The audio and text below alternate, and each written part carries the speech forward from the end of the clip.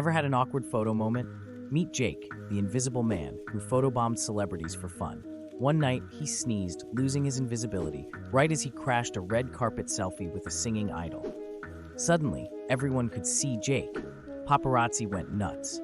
He smiled nervously and posed, blending in like he belonged. The next day, social media was flooded with unseen Jake memes. Even the idol tweeted, "Who's this mystery guy?" Stuck now in fame, Jake rolled with it, crashing more events, becoming the most baffling celebrity. Lesson learned: always carry tissues.